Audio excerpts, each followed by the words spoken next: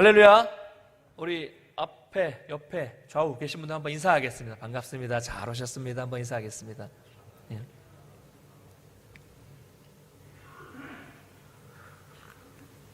오늘 본문은 지난 시간에 나오미가 지시한 것에 대해서 룻이 그대로 순종하는 내용들을 담고 있습니다. 나오미는 이해 안 되는 명령을 룻에게 했는데 룻은 시어머니가 시킨 그대로 다 행했다라고 성경은 말씀하고 있어요.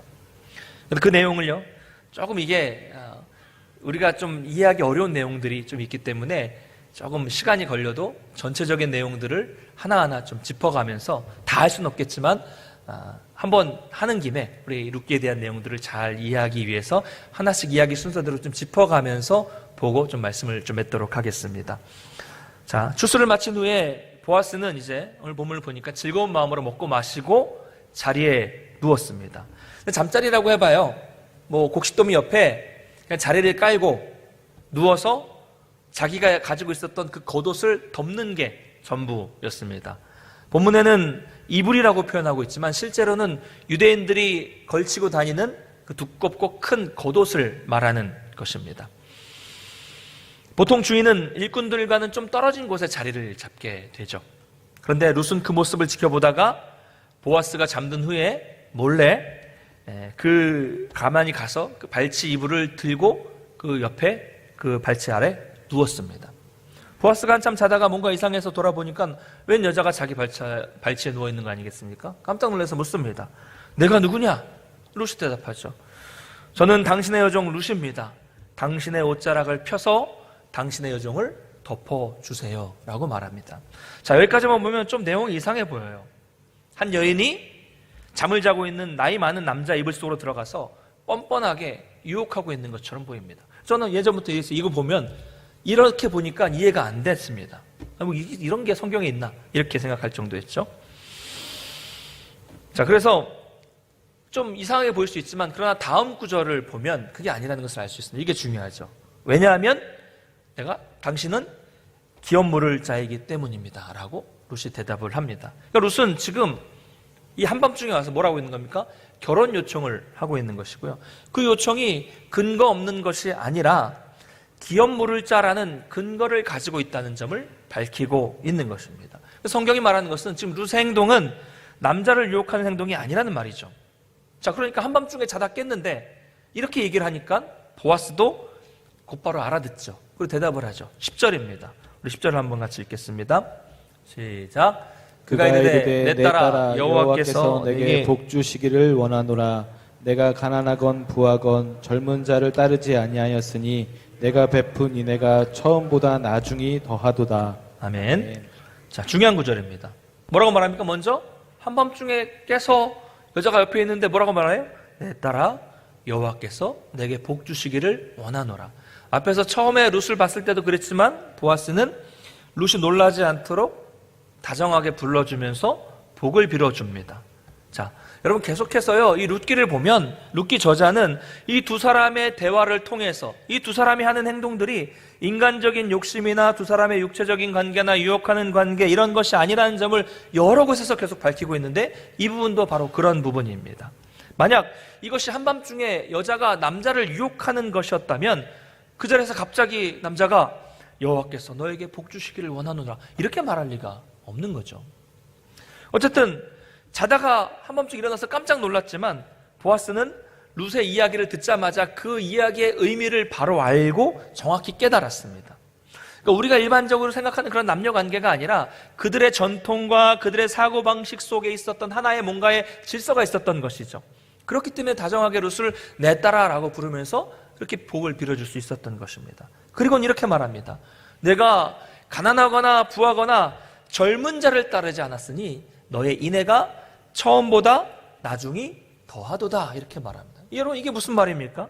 이 말은 룻이 인애를 베푼 것이 지금 두 번째라는 겁니다. 두 번의 인애를 베푼 적이 있었는데 처음 인애도 있었지만 이 두 번째 인애가 더 크다, 더 많다, 더 좋다, 더하다 이렇게 말을 하고 있는 것이죠. 자, 그렇다면 처음 인애라는 것이 뭘까요? 처음 인애, 이방인인 룻이 한 번도 가본 적이 없는 이 베들레헴으로 같이 시어머니를 따라와서 그 시어머니를 돌보고 베푼 그 인애를 처음 인애라고 말하는 것입니다. 시어머니를 돌본 것. 이것은 이미 베들레헴 성읍 사람들도 다 알고 있었던 사실입니다. 자, 그렇다면 두 번째 인애는 무엇일까요?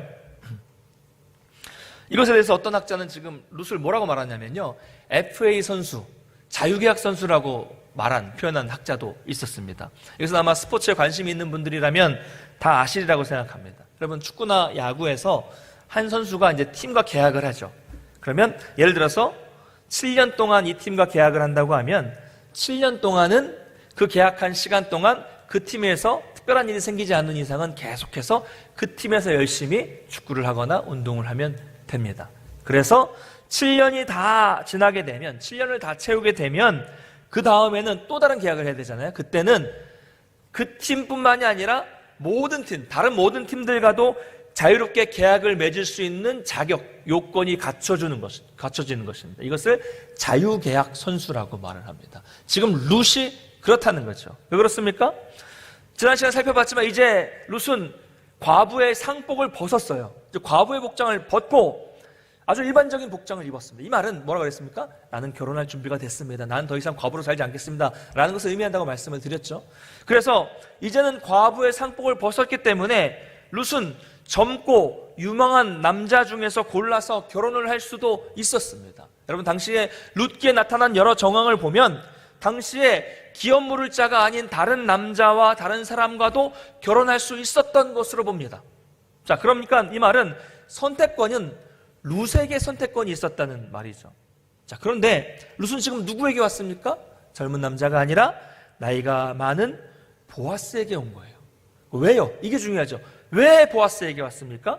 그 이유는 자신의 가문을 세우기 위한 나오미의 말에 순종해서, 결국은 하나님의 섭리와 그 뜻에 순종했기 때문에 젊은 남자에게 간 것이 아니라 기업 물을 자인 보아스, 나이가 지긋한 보아스에게 가게 된 것입니다. 순종했기 때문에. 보아스가 이것을 안 거죠. 보아스도 이것을 다 한 겁니다. 젊은 여자인데도 불구하고 자기 욕심이나 어떤 미래나 자기 이익을 챙긴 것이 아니라 하나님의 뜻을 따라 그 한 가정을 세우기 위해서 기업 물을 자인 나이 많은 자신에게 온 것을 보아스는 지금 칭찬하고 있는 것입니다. 바로 이것이 나오미에게 베푼 두 번째 인입니다. 그 가문을 세우는 거니까.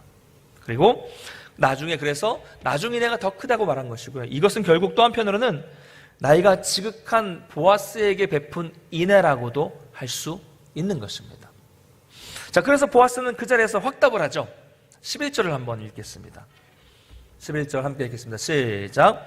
그리고 이제 내 딸아 두려워하지 말라. 내가 내 말대로 내게 다 행하리라. 내가 현숙한 여인인 줄을 나의 성읍 백성이 다 아느니라. 자, 즉각 룻의 요구를 받아들여서 기업 물을 자의 책임을 다하겠다고 말합니다.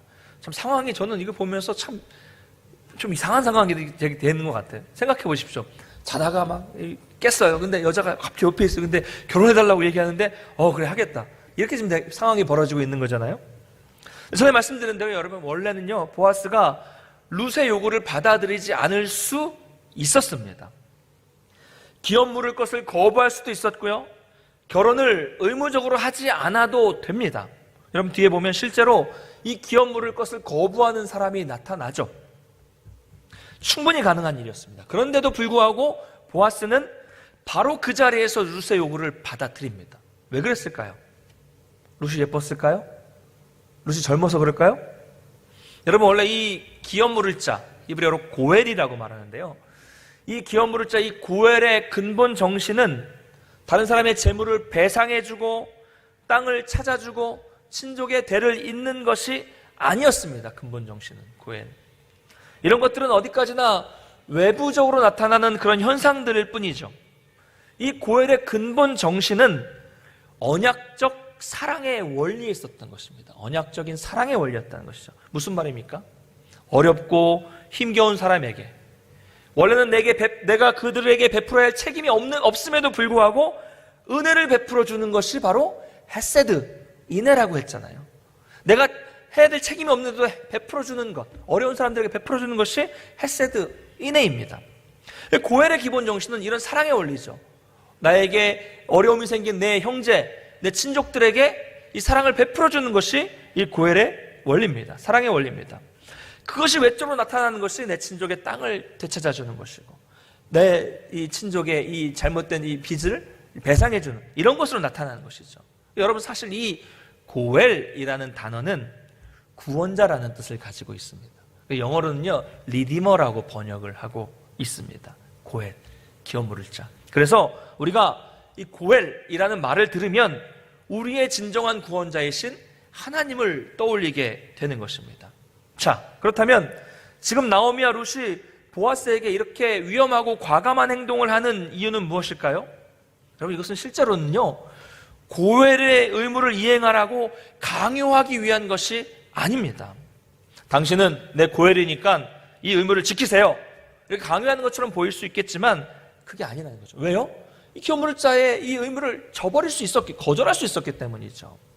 그런데 이들은 지금 보아스의 성품과 신앙과 인격을 믿고 구원자의 헤세드, 즉 보아스의 인애를 간절하게 나오미와 룻은 원하고 있는 겁니다. 인애를 구하고 있는 것이죠. 다시 말하자면 지금 룻의 결혼 문제는 기업 물을 자라는 이 법에 의해서 해결되는 것이 아닙니다. 이 법으로 해결하려는 것이 아니라 보아스가 인애를 베풀어야만 해결될 수 있는 문제라는 것이죠. 나오미는 보아스의 신앙 양심을 믿었기 때문에 이런 좀 요상한 행동을 자기 며느리인 룻에게 시킨 것이고요. 나오미가 예상했던 것처럼 그 신실하고 믿음이 있는 책임감이 있는 보아스는 룻에게 인애를 베풀겠다고 실제로 결단을 하게 된 것입니다. 여러분, 이해되시죠? 그러니까 즉 법 때문이 아니라 사랑 때문에, 인애 때문에 이렇게 됐다는 것이죠. 그래서 우리는 이런 보아스의 모습을 통해서 우리의 구원자이신 하나님을 떠올릴 수 있는 것입니다. 여러분, 우리 하나님은요, 어떤 법이나 어떤 우리의 행위나 그 다른 어떤 이유 때문이 아니라 그저 우리를 사랑하시기 때문에 우리에게 늘 인애와 사랑과 구원을 베풀어 주시는 분이라는 것을 여러분 믿으시길 바랍니다. 바로 고엘, 이것을 통해서 하나님을 떠올리게 되고 보아스를 통해서 하나님을 떠올릴 수 있게 되는 것입니다. 자, 계속해서 보겠습니다. 보아스는 또한 룻을 뭐라고 말합니까? 현숙한 여자라고 말합니다. 현숙한 여자. 자, 이 룻이 현숙한 여자라는 것을 이미 성읍 사람들이 다 알고 있다고 말을 하고 있어요. 여기 쓰인 이 현숙한이라는 단어는요, 우리 룻 2장 앞에서 살펴봤는데 2장 1절에 나오는 보아스를 설명할 때 뭐라고 설명했습니까? 유력한 자라고 설명했죠. 근데 이 현숙한이라는 단어와 유력한이라는 단어의 히브리어는 똑같은 단어입니다. 자, 그래서 히브리어 하일이라는 단어인데요. 하일. 이 단어를 남자인 보아스에게는 유력한이라고 번역을 했고요. 여자인 룻에게는 현숙한이라고 번역을 한 것입니다. 단어는 똑같습니다. 성경에서 여성에 대해서 가장 최고로 생각하는 단어가 있다면 바로 현숙한 여인입니다. 잠언 31장 10절 말씀을 한번 같이 읽어보도록 하겠습니다. 시작. 누가 현숙한 여인을 찾아 얻겠느냐? 그의 값은 진주보다 더하니라. 여러분, 현숙한 여인을 찾는 것이 진주보다 더 귀하다. 그만큼 가치가 있고 귀하다는 것이죠. 성경이 말하는 현숙한 여인은 뭘까요? 하나님을 경외하는 사람, 착하고 부지런하고 하나님의 일, 하나님의 뜻을 이루기 위해서 어떤 일도 마다하지 않는 사람을 성경은 현숙한 여인이라고 말합니다. 바로 룻이 그런 사람이라는 것이죠. 자, 여기서 재미있는 것은요, 룻기 저자가 이 룻기를 쓴 사람이요, 2장 1절에서 보아스를 설명할 때 뭐라고 말했습니까? 유력한 자라고 설명을 하고 소개를 했는데, 그 다음 2장 2절에서 룻을 설명할 때 뭐라고 설명했습니까? 그냥 룻이라고 할 수 있음에도 불구하고 굳이 모압 여인 룻이라고 설명을 했습니다. 이것은 의도적으로 저자가 두 사람을 아주 대조시킨 거죠. 그러니까 유대인 유력한 보아스라고 말했다가 그 다음 룻은 이방 모압 여인 과부 룻 이렇게 설명함으로써 대조를 시킨 겁니다. 굳이 모압 여인으로 이렇게 대조를 시킨 이유는 그때까지만 해도요, 이 두 사람을 완전히 극과 극의 사람으로 보이게 이렇게 저자가 기록을 한 것입니다. 신분상 누가 보더라도 유대인 유력한 보아스와 이 이방 여인 과부 룻은 도저히 연결될 수 없는, 이루어질 수 없는 사람이라는 점을 강조한 것이죠. 그런 표현이었습니다. 마치 이 두 사람이 결혼하겠다고 하면 양쪽 부모 중에서 한 분이 뒷목 잡고 쓰러지는 내용이 나온 만큼 말씀드렸죠. 두 사람은 전혀 만날 수 없는 위치였고 전혀 연결고리도 없는 그런 위치라는 것을 저자는 설명했던 것입니다. 그런데 보니까요, 3장까지 이렇게 쭉 흘러온 내용을 보니까 이렇게 양극단에서 전혀 연결될 수 없었던 두 사람을 연결시키고 있죠. 바로 이 하일이라는 단어를 통해서, 유력한, 이 현숙한이라는 단어를 통해서 같이 연결시키고 있습니다. 이것은 저자의 언어적 기교입니다. 문학적 기교입니다. 그래서 그전에는요, 전혀 만날 수 없었던 두 사람, 어울릴 수 없었던 두 사람이 지금 3장에서 어떻게 됐습니까? 누가 보더라도 이 기업부를 자에서 너무 잘 어울리는 한 쌍이 되었다는 것을 저자는 보여주고 있는 것입니다. 이 하일이라는 단어를 통해서. 결국 이런 이야기의 흐름을 통해서 저자는 하나님이 이렇게 만드셨다라고 직접적으로 밝히고 있지는 않습니다. 말을 하지 않아요. 그러나 전체적인 흐름과 이 두 사람의 대화를 통해서 룻기를 읽는 우리들은 여기까지 인도하신 하나님의 섭리, 이 두 사람을 만나게 하셨, 만날 수 없었던 두 사람을 만나게 하셨던 하나님의 손길을 볼 수 있게 만드는 것입니다.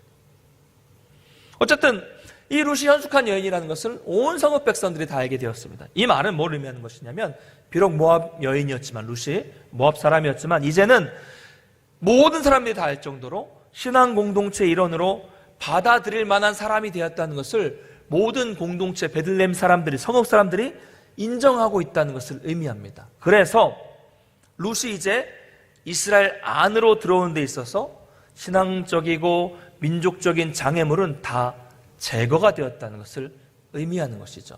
룻은 이제 유대인으로 들어올 수 있는 것입니다. 자, 그러나 이들에게는 또 하나의 장벽이 존재하고 있었습니다. 그것은 뭐냐면 보아스보다 기업 물을 자에 더 가까운 친족이 있었다는 점이죠. 그래서 보아스는 오늘 본문을 보면 자기 감정대로 하지 않고 그 법에 따라 행동하려고 합니다. 그래서 먼저 그 가까운 친족에게 바로 다음날 아침 기업 물을 책임을 질 것인지를 묻고 난 후에 반드시 그 책임을 자기가 이행하겠다는 약속을 룻에게 합니다. 여러분, 이것이 순서적으로 맞는 것이죠. 아무리 보아스가 룻이 보아스가 또 하나님의 이 섭리에 순종한다고 하겠지만 인간 사이에도 법이 있고 인간 사회에도 질서가 있습니다. 그것을 다 무시하고 자기 좋은 대로 자기 마음대로 한다면 당시 자기 소견에 옳은 대로 살았던 사람들과 하나님의 사람이 다른 점이 뭐가 있겠습니까? 전혀 구별이 되지 않는 것이죠. 여기에 보면 바로 보아스의 신실함이 나타나고 있는 것입니다. 법에 따라 절차에 따라 하기는 하지만 하나님의 뜻이 확실하다면 어떻게 해서든지 이루어 주실 것이라는 확신과 믿음이 있었기 때문에 이렇게 할 수 있는 것입니다. 또 보면요, 보아스는 끝까지 룻을 배려해 주는 장면이 나타나고 있습니다. 밤에 이 타작마당까지 온 것도 위험한 일이었지만 다시 나가서 돌아가는 것도 위험했기 때문에 아침까지 있다가 가도록 합니다. 두 사람의 평판을 위해서도 이건 매우 중요한 일이었고요, 또 안전을 위해서도 필요한 행동이었죠. 그리고는 룻이 빈손으로 돌아가지 않도록 보리를 되어 줍니다. 이런 모습 속에서도 이 보아스의 어떤 자상함과 신실함, 이 책임감이 드러나고 있습니다. 보아스는 처음 등장부터 끝까지 계속해서 우리에게 참 본이 되는 모습으로, 하나님을 생각하게 하는 모습으로 나타나고 있습니다. 자, 이제 룻은 집으로 돌아왔습니다. 나오미는 돌아온 룻에게 모든 일을 다 듣고 이제 이렇게 말합니다. 18절인데요. 같이 읽겠습니다. 시작. 이에 시어머니가 이르되 내 딸아, 이 사건이 어떻게 될지 알기까지 앉아 있으라. 그 사람이 오늘 이 일을 성취하기 전에는 쉬지 아니하리라 하니라. 아멘. 아멘. 자, 나오미는 뭐라고 말합니까? 자, 이제는 이 사건이 어떻게 될지 알기까지 앉아 있어라, 기다려라 라고 말하고 있습니다. 자, 앞의 내용과 좀 다르죠? 모습이. 앞에서는 그렇게 적극적으로 움직였던 나오미의 모습과는 전혀 다른 모습으로 나타납니다. 전에는 타작마당에 아주 적극적으로 개입했습니다. 이상한 행동을 룻에게 시켜서 적극적으로 하게끔 했죠. 근데 지금은 가만히 앉아서 기다려라 라고 말하고 있습니다. 여러분, 왜 그럴까요? 이제 나오미의 바람대로 룻은 결혼을 하게 될 것입니다.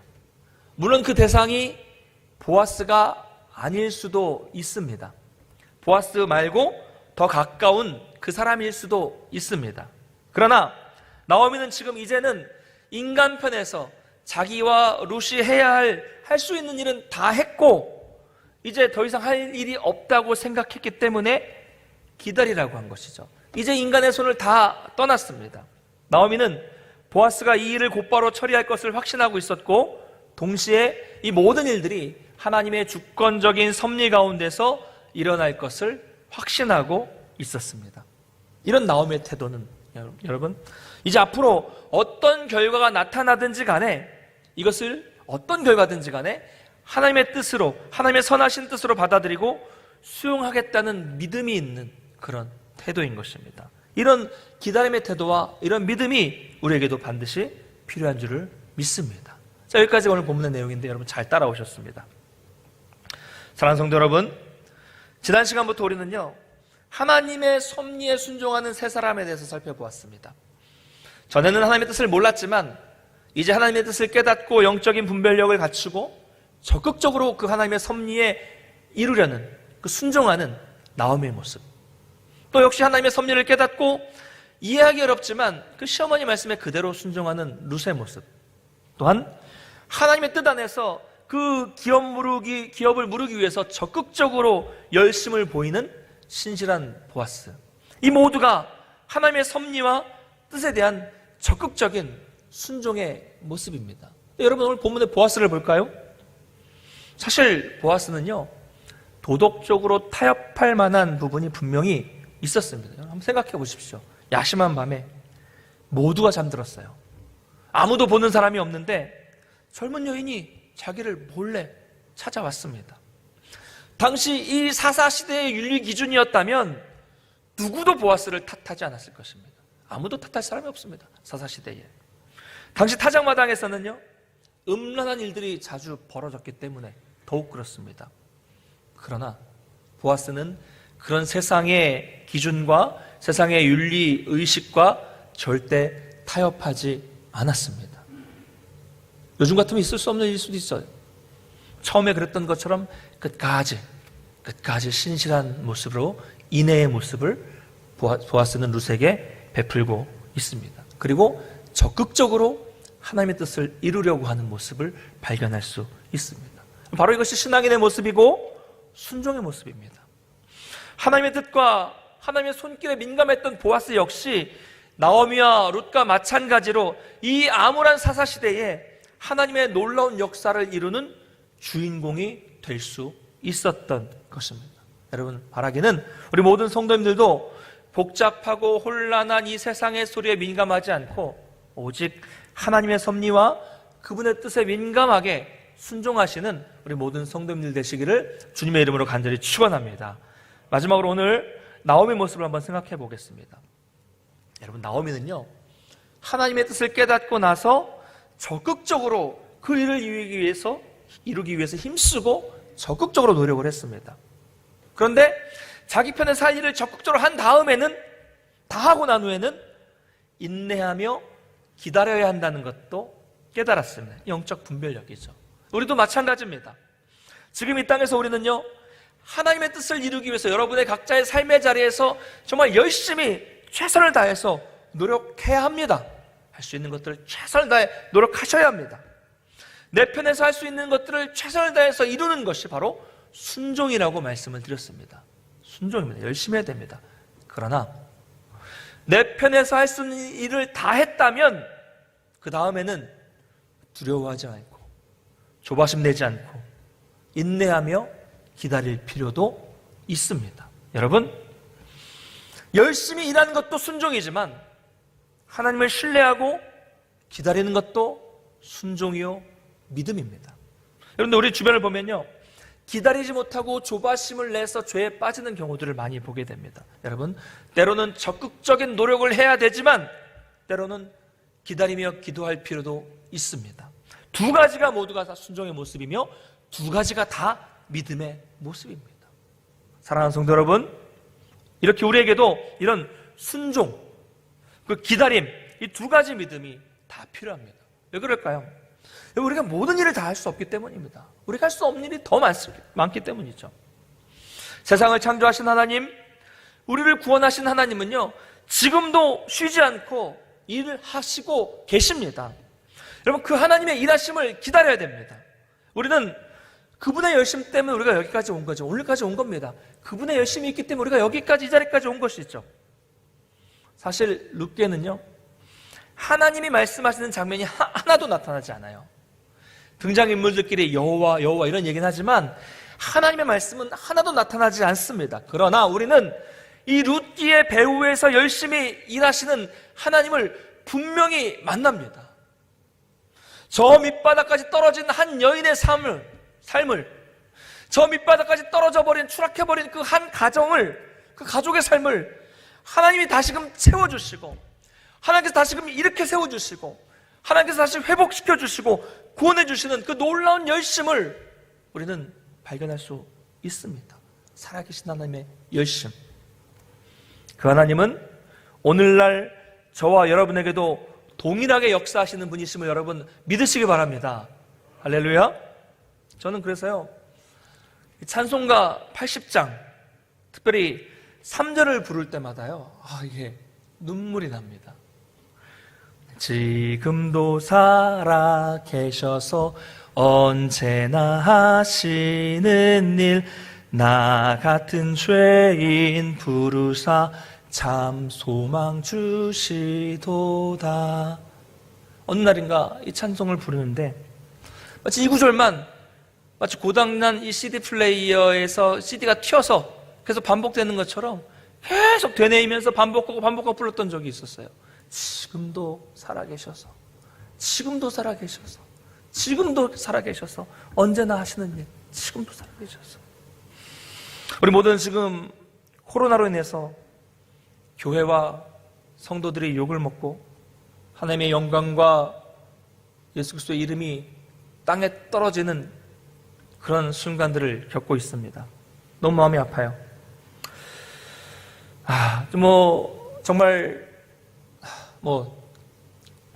그래요. 하여튼 이런 상황 속에서요, 세상 사람들뿐만이 아니라 신앙생활하고 있는 분들 중에서도 과연 하나님은 살아계신가? 왜 하나님은 여기에 관심이 없으신가? 하나님이 지금 어디 계신가? 이런 의문과 좌절 속에서 방황하고 계시는 분들이 참 많습니다. 저 역시 목사로서 너무 답답하고 너무 가슴이 아프고 안타깝습니다. 여러분, 그러나 기억하십시오. 성경 수많은 구속의 역사와 또 우리가 살펴보니 룻기에 나타나는 그 하나님은 지금도 살아계시고, 지금도 우리를 부르고 계시고, 지금도 일하고 계십니다. 할렐루야. 지금도 여전히 이스라엘 백성들과 수많은 사람들을 구원하신 그 열심을 가지고 저와 여러분을 가장 좋은 길, 가장 선한 길로 인도하시기를 기뻐하시는 분이십니다. 지금 이 짧은 한순간 마치 하나님이 안 계시는 것처럼, 가만히 계시는 것처럼 보이는 어려운 때를 살아가고 있지만, 나오미와 룻의 그 텅 빈 인생을 채워주신 하나님은, 그들을 가문을 회복시켜주신 그 하나님은 지금도 저와 여러분의 배후에서, 비록 보이지는 않지만, 우리가 모르는 사이에 있지만 그 보이지 않는 손길을 통해서 놀라운 열심을 가지고 쉼없이 일하고 계시다는 사실을 믿으시기 바랍니다. 누구를 위해서요? 나를 위해서요. 나를 위해서 일하고 계십니다. 그러므로 우리는 지금과 같은 이 어려운 환경 속에서도, 한 치 앞도 보이지 않는 암울한 상황 속에서도, 질병으로 힘든 하루하루를 보내고 있다고 할지라도, 경제적으로 회복될 기미가 보이지 않는 어려운 환경 속에 처해 있다고 할지라도, 사람들에게 상처받고 하나님과 교회가 욕을 먹고 우리가 세상의 손가락질을 받고 학교와 직장과 이웃들에게 교회 다니는 것만으로도 욕을 먹고 눈치를 보는 그런 상황이 있다고 할지라도, 이것은 잠시며 하나님은 지금도 여전히 우리를 선한 길로 인도하시기 위해서 열심히 일하고 있다는 사실만큼은 여러분 절대로 잊지 않으시기를 바랍니다. 여러분, 잠깐입니다. 우리는 지금 뭘 할 수 있을까요? 왜 교회만 가지고 그래? 우리 교회는 안 그래? 나는 안 그래? 이런 말 할 필요 없습니다. 여러분, 그죠?